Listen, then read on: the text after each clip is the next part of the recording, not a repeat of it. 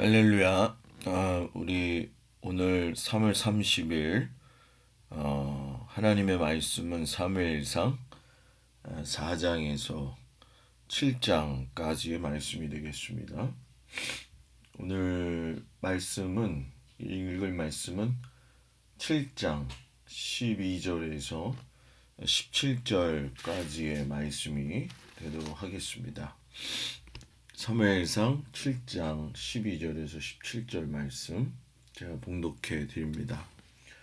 사무엘이 돌을 취하여 미스바와 센 사이에 세워 이르되 여호와께서 여기까지 우리를 도우셨다 하고 그 이름을 에베네셀이라 하니라. 이에 블레셋 사람들이 굴복하여 다시는 이스라엘 지역 안에 들어오지 못하였으며 여호와의 손이 사무엘이 사는 날 동안에 블레셋 사람을 막으심에 블레셋 사람들이 이스라엘에게서 빼앗았던 성읍이 에그론부터 가드까지 이스라엘에게 회복되니 이스라엘이 그 사방 지역을 블레셋 사람들의 손에서 도로 찾았고 또 이스라엘과 아모리 사람 사이에 평화가 있었더라. 사무엘이 사는 날 동안에 이스라엘을 다스렸을 때 해마다 베델과 길과가 미스바로 순회하여 그 모든 곳에서 이스라엘을 다스렸고 라마로 돌아왔으니 이는 거기에 자기 집이 있음이니라. 거기서도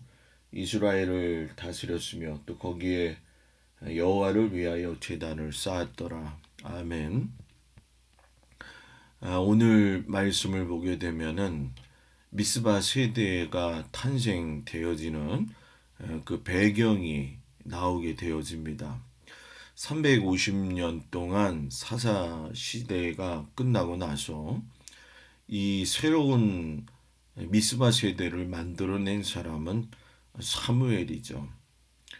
그동안의 사사 시대부터 계속적으로 내려왔던 이 제사장 나라의 법을 멀리하게 되어지면서 레기 26장에 하나님의 징계가 그대로 이스라엘 백성들에게 내려졌죠. 흉년이 첫 번째 징계고 두 번째가 징계가 수탈인데 오늘 말씀들을 읽어보시면 아시겠지만은 블레셋으로 인하여서 이스라엘 백성들이 많이 수탈을 당하는 장면들이 나오게 되죠. 그때에 사무엘이 하나님의 말씀을 선포하고 여러 우상을 제하게 하면서 하나님을 섬기도록 백성들을 가르치는 모습이 오늘 말씀이 주된 내용이 되겠습니다. 그래서 다시금 이스라엘 온 족속이 여호와 하나님을 사모하는 그런 역사가 일어나게 되어지죠. 언제나 그렇듯이 하나님께서 일을 하실 때에는 한 사람을 또 준비하시고 한 사람의 순종을 통해서 일을 하십니다. 사람들은 눈에 보이는 많은 그 숫자에 전전긍긍하지만 하나님께서는 순종하는 한 사람으로 시대를 바꾸시고 또 역사를 바꾸어 가시죠. 한 사람의 순종이 얼마나 큰 일들을 했는가. 성경을 보게 되면은 여러 곳에서 그 이야기들이 나옵니다. 한 사람 노아의 순종으로 인해서 하나님의 심판이 홍수로 실행이 되어졌고 또 당시에 믿기지 못할 구원의 방주도 만들어지는 것을 우리가 볼 수 있죠. 그리고 한 사람 아브라함의 순종으로 인해서 모든 민족을 위한 유대 히브리 민족이 탄생이 되어지죠. 그리고 한 사람 모세의 순종으로 제사장 나라가 세워지게 되어졌죠. 그리고 이제 오늘 한 사람 사무엘의 순종으로 해가지고서는 미스바 세대가 탄생하게 됩니다. 이 사무엘의 순종이 있고 난 다음에 다윗 시대를 걸쳐서 솔로몬 시대를 지나기까지 나라가 멸망해 가지고서는 또 선택되어져 부름받은 사람이 예레미야죠. 그 예레미야의 순종으로 인해서 하나님이 이스라엘 백성들을 다시금 세우시고 땅으로 돌아오게 하시는 은혜를 주셨죠. 그리고 예수님의 순종으로 새 언약이 선포되어짐으로 말미암아 많은 사람들이 하나님의 자녀가 되어지는 그러한 권세를 얻게 되어졌지요. 우리 성경의 역사는 보게 되면 하나님이 사람을 준비하시고 또 그 사람을 사용하실 때에 제일 중요한 것이 바로 이 순종이라고 하는 덕목이죠. 덕목이라고 제가 이야기를 했지만 이것은 덕목보다 차원이 높은 하나님의 사람에게 요구되어지는 충성된 삶이죠.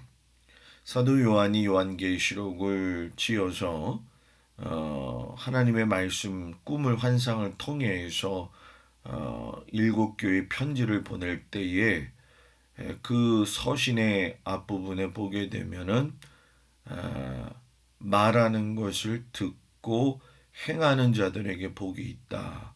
이렇게 얘기를 해요. 그래서 말하는 사람은 예수님이고 듣는 자들, 행하는 자들은 바로 교회들을 이야기하는 거죠. 예수 믿으면 하나님의 말씀을 들어야 돼요. 들으려면 하나님의 전에 나와야 되고요. 또 그 말씀대로 살아야 되고요. 또 그것이 순종의 진정한 모습으로 세워질 적에 하나님의 사람으로서 완벽한 삶을 살 수 있게 되어지는 거죠. 제사장 나라의 가장 중요한 보물이라고 한다면은 바로 성막의 지성소에 있었던 언약궤가 되어지죠. 이 땅의 모든 피조물들이 하나님을 만날 수 있는 유일한 장소가 언약궤 속죄소 앞이 아닌가요? 그러니까 그런 상황 속에서 언약궤가 가지고 있는 의미는 굉장히 남달랐을 겁니다.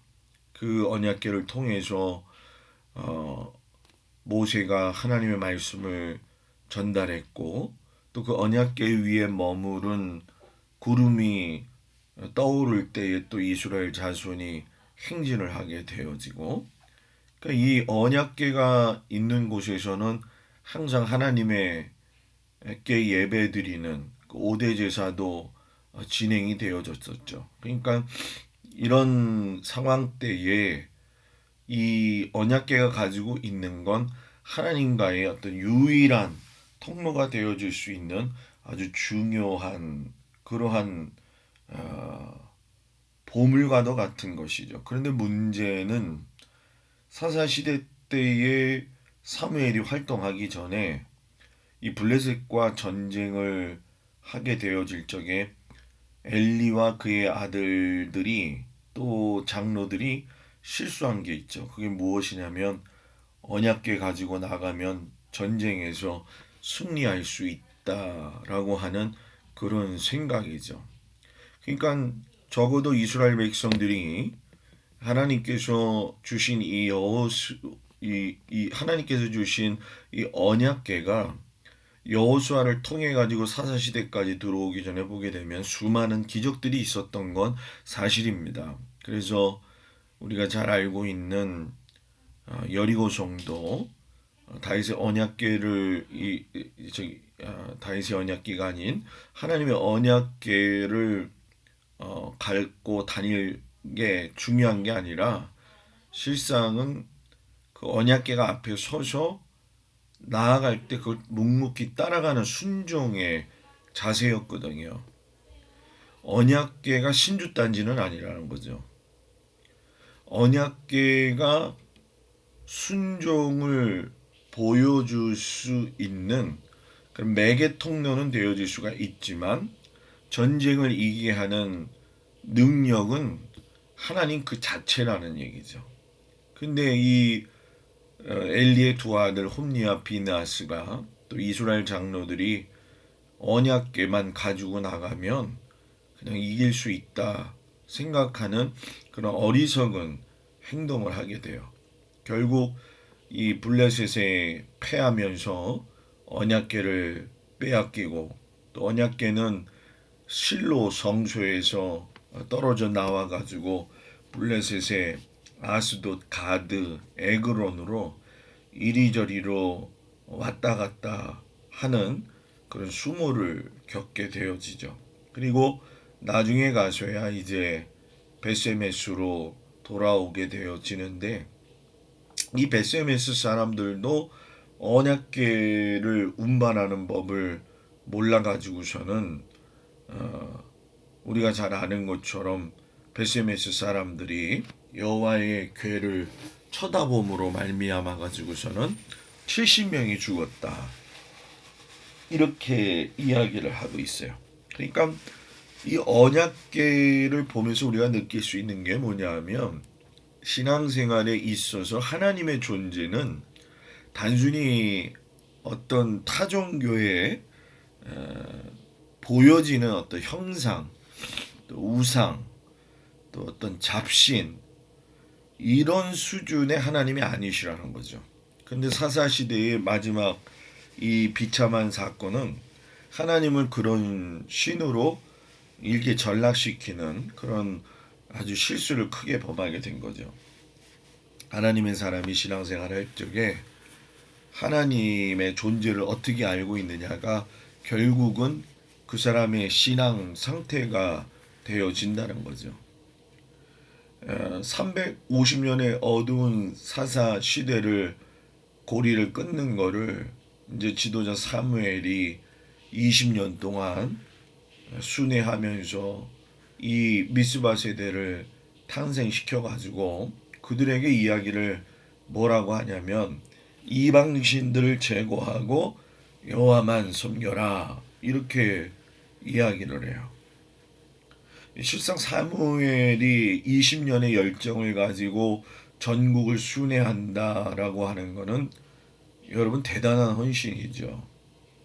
요즘처럼 많이 교통수단이 좋아서 다니기에 편안하다고 한다면은 별로 그렇게 큰 문제가 되지 않아요. 그러나 그 시대에 20년을 쉬지 않고 순회했다.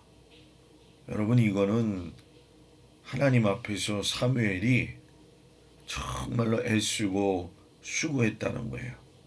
이쪽 가서 하나님 말씀 전하고 저쪽 가서 하나님 말씀 전하고, 물론 여기에는 전하는 사무엘의 헌신도 있지만 듣고자 하는 이스라엘 백성들의 믿음의 모습, 믿음의 순종도 대단히 중요한 거죠. 교회는 하나님의 말씀이 선포되어지는 것이 제일 우선이고요. 그리고 그 선포되어진 말씀을 듣고 따라서 살고자 하는 믿음의 모습이 오늘 삶 속에서 우리에게 순종으로 나타나야 된다는 거죠. 하나님이 이스라엘 백성들에게 계속적으로 요구하신 것은 바로 그러한 순종이었죠. 이스라엘 백성들이 하나님의 율법을 몰랐느냐? 그거는 아니었다라는 거죠.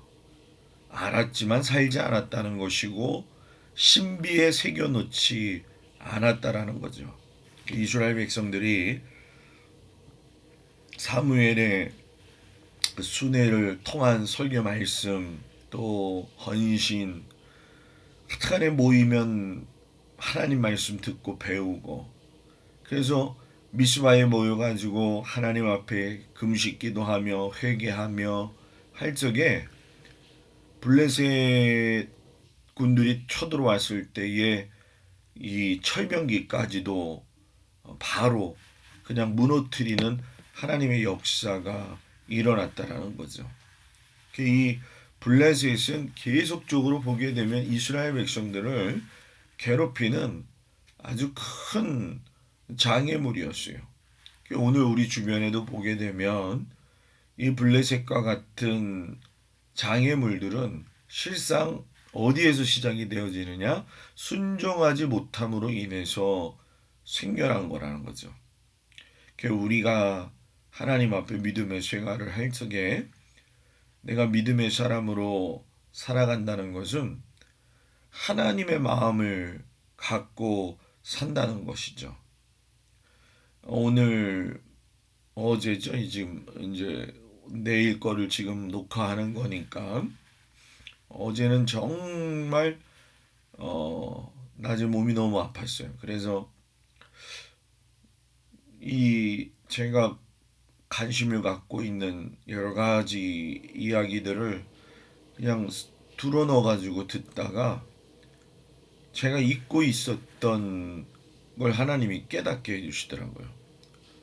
그게 뭐냐 하면 제가 고등학교 때 관심을 가졌던 그 요한계시록에 대한 부분을 하나님께서 계속 마음에 주시는 거예요. 지쳐 쓰러져 있는 그 상태에서 저한테 물으시더라고요. 너 나한테 약속한 거 있는데 잊고 있지 않냐? 그래서 순간 좀 당황했죠. 곰곰이 기도하면서 생각을 해보니까 하나님이 제 마음속에 너 동막에 들어와서 해야 될 건 너는 성경 파는 일이야. 그리고 그 성경 중에서도 너가 나한테 약속했던 마지막 시대의 마지막 때의 요한계시록을 성서적으로 가장 풀어봐라. 제가 그걸 하나님 앞에 약속한 적이 있었거든요.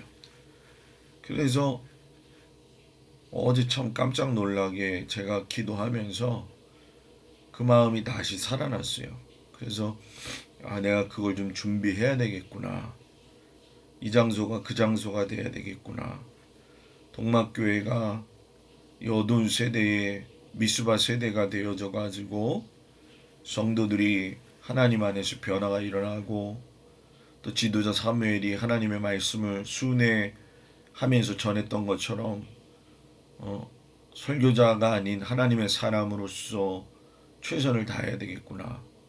이런 것들을 어제 하나님께서 마음에 주셨어요. 참 사무엘을 보면서 그가 20년의 최대한 노력을 통해서 만든 그 미스바 세대의 특징 중에 하나는 그들이 모든 면에 있어서 뇌물도 없고 공정하고 권력이라고 하는 것을 하나님의 손에 부어드릴 수 있는 그런 삶을 살았다는 거죠. 사무엘상 12장 보게 되면은 그런 이야기를 하시잖아요.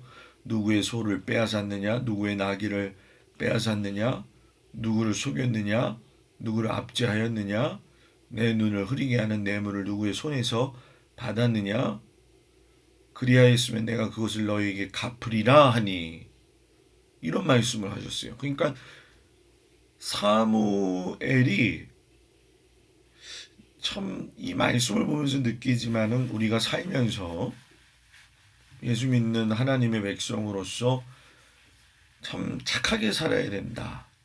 그거를 참 마음속에 주시더라고요. 우리가 아무리 선한 사람이 두세 사람 모이게 되면 꼭 남의 집 이야기를 하게 돼 있잖아요. 그죠? 근데 잘한 일이라 할지라도 말함에 있어서 그 말이 선하게 나가지 않는다고 한다면 그것도 거짓이 되고 위선이 될 수가 있는 거잖아요. 그러니까 참 하나님이 이 사사시대나 미스바 세대의 가장 패역했던 이스라엘 백성들이 서로를 돌보지 않고 교만하고 자기 신앙이 옳다고 이야기하고 그냥 내가 생각한 대로 가면 그게 하나님 뜻이라고 생각했던 그 모든 것들을 그냥 조목조목 잘 가르쳐요. 그러면서 그들의 신앙이 이제 회복이 되어지죠. 우리가 살면서 그런 마음들을 갖다 보게 되면은 그런 경우가 있잖아요. 사람이 서운할 수도 있고 여러 가지 일들이 겹쳐지죠. 근데 그 서운함의 원인 그것은 또 뭘까? 뭐 모세도 그랬겠지만은 여호수아도 그랬고 당대의 믿음의 선지자들을 보게 되면 조상들을 보게 되면 그들도 참 많이 어려움을 겪었어요. 그러나 그런 상황 속에서 말씀하시는 하나님의 귀를 기울였고 그 기울인 것을 믿고 듣고 행했다. 이게 정말 중요한 것 같아요. 그게 저도 하나님 앞에 목사로 사는 것보다 믿음으로 사는 사람이 됐으면 좋겠어요. 하나님이 주시던 그 말씀을 내 구미에 맞게 내 소견에 옳은 대로 살아가는 고집스러운 목사의 삶이 아니라 하나님이 원하시는 그 마음을 성도들에게 그대로 가르치면서 우리 동막교회가 이 마지막 세대에 하나님께서 세우신 도피성과도 같은 교회가 되지 않아야 될까? 이런 기도하는 마음을 하나님이 주셨어요. 그래서 요한계시록에 대한 부분들을 제가 이제 몸이 좀 괜찮아지면은 계획을 세워서 진행을 좀 하려고 그래요. 그 상황들이 우리 성도들이 아직 알기에는 조금 좀 벅찬감이 있습니다. 왜냐하면 실상 성경의 말씀은 하나님의 말씀은 계속 들어야 되거든요. 어렵다고 안 들어도 안 되고 쉽다고 경홀히 여겨도 안 되고 계속 들어야 돼요. 근데 요한계시록은 실상 사람들이 잘 보지 않잖아요. 두렵고 떨리는 또 마음도 있고요. 그러나 들어야 된다. 가르쳐야 된다. 이 말씀을 하나님께서 주셔서 지금 기도 중에 있습니다. 어느 시점에서 어떻게 준비하면서 어떻게 가야 될까? 이런 문제들을 놓고 하나님 앞에 기도하고 있는 중에 있습니다. 여러분들도 같이 기도해 주십시오. 왜냐하면 정말 마지막 때가 되었어요. 그래서 주님이 오실 수밖에 없는 세대의 일들이 지금 일어나고 있다는 건 제가 뭐 100번 말하지 않아도 모든 성도들이 다 알고 계시죠. 그 유명한 신학자 중에서 윌터 카이저인가요? 그분이 그런 얘기를 하셨죠. 아마도 예수님은 우리 세대가 아니면 자녀들의 세대에서 오실 겁니다. 굉장히 그 저력 있고 영향력을 막대하게 끼치는 신학자예요. 근데 그분이 그런 말씀을 하셨고 저는 고등학교 때 그 요한계시록을 제가 혼자 공부하면서 지금 이렇게 생각해 보면 완전히 아마추어 그 열정만 있고 깊이는 없는 깊이는 있다고 하지만 뭐 제대로 알지 못하는 그런 것이었다고 한다면 하나님이 왜 저로 하여금 이런 모든 상황 속에서 성막을 알게 하셨고 절기를 알게 하셨고 참 우연이 아니구나 그런 마음을 하나님 무척 주셔요. 그래서 제가 하나님 앞에 약속했습니다. 하나님 제가 다시 한번 일어서겠습니다.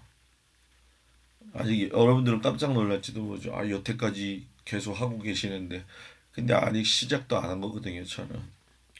그래서 앞으로 남은 15년을 요한계시록에다 한번 집중을 해보고 성경을 더 깊게 알아서 하나님의 뜻을 이루어 드리는 그리고 제 세대에 제가 기도하면서 느꼈었던 그 주님이 나 때에 살아계실 때 오실 것이다라고 하는 그 믿음을 가지고 주님 와달라고 기도하려고 합니다. 이제 다시. 그래서 여러분과 저의 만남은 굉장히 중요합니다. 왜냐하면 신앙의 실상 결론은 하나님 나라예요. 우리가 하나님 나라에 갈 수 있으려면 어떻게 해야 되느냐? 하나님의 뜻을 알아야죠. 하나님의 뜻을 아는 건 하나님의 마음을 안다는 것이고 또 알면 그걸로 끝나느냐? 아니죠. 살아내야 된다는 거죠. 이 사무엘이 그걸 알았기 때문에 20년을 돌아다니면서도 쉬지 않고 하나님의 말씀을 전한 거예요. 그리고 이스라엘 백성들은 그 말씀을 듣고 계속적으로 하나님 앞에 자신들의 신앙을 점검하는 거죠.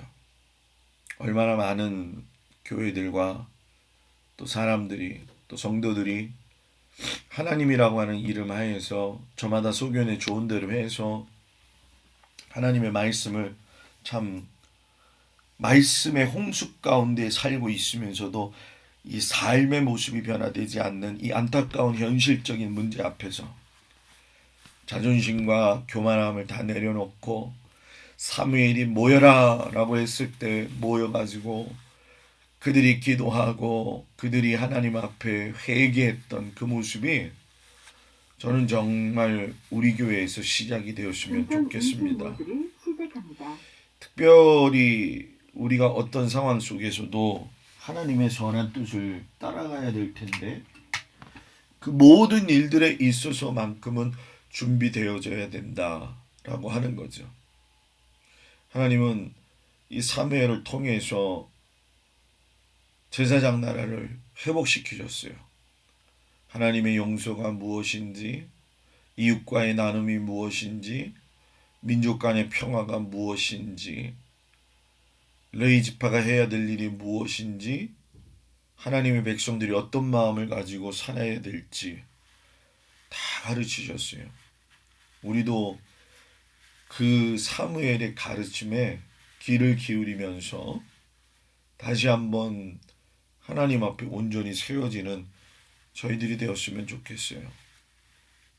모든 걸 다 내려놓고 하나님의 말씀에 귀를 기울이는 믿음의 백성들이 된다고 한다면 이 마지막 세대에 우리는 살아남을 수 있는 귀한 믿음의 성도들이 될 수 있고 또 그런 교회가 될 수가 있습니다.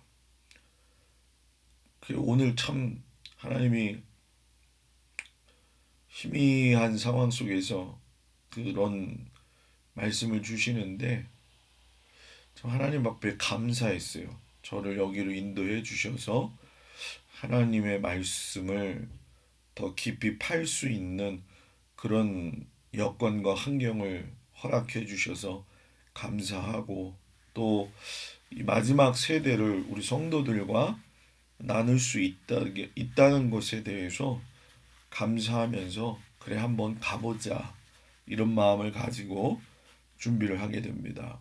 우리 모든 성도들이 다시금 신앙을 되새겨보고 겸비해서 마지막 세대의 예배가 죽어가는 이 시대에 예배를 살리고 제2의 제3의 부흥이 우리 가운데 오도록 임하시도록 기도하고 최선을 다하는 우리 모두가 되기를 주의 이름으로 축복을 드립니다. 기도하겠습니다. 은혜로우신 아버지 하나님, 현실은 주님이 오실 수밖에 없는 그런 상황들이지만 하나님은 아직도 많은 사람들이 하나님의 말씀을 듣기 원하시고 또 회개하고 돌이키기를 원하시면서 기다리고 계시다는 것을 우리가 보게 되어집니다. 더디더디하다고 생각하지만 하나님은 내일도 예수님을 보내실 수가 있는 그런 분인데 우리가 하나님 앞에서 어떤 모습을 가지고 살아가고 있는지 또 하나님의 말씀을 듣고 살기 위해 어떤 태도를 유지하고 있는지 우리가 하나님 앞에 온전히 나를 점검하고 사무엘이 미스바에서 하나님의 말씀을 선포하셨을 때에 백성들이 회개하며 금식하고 하나님 앞에 다시 회복되어졌던 그 역사가 우리들 성도들 가운데도 함께 임재하여 주옵소서. 피하지 못할 거라고 한다면 맞서게 하시고 그 상황 속에서 하나님의 역사를 이루어드리기에 부족함이 없도록 하나님의 귀한 백성이 되어지도록 하나님 도우시고 인도하여 주옵소서. 우리 모든 성도들 오늘 수요 예배도 한 사람도 빠짐없이 나와서 예배 볼 수 있도록 은혜 베풀어 주시고 항상 하나님의 말씀을 누가 전하든지 듣고 그 말씀에 순종하며 또 쓰임 받을 수 있는 우리 성도들이 되어지도록 인도하여 주옵소서.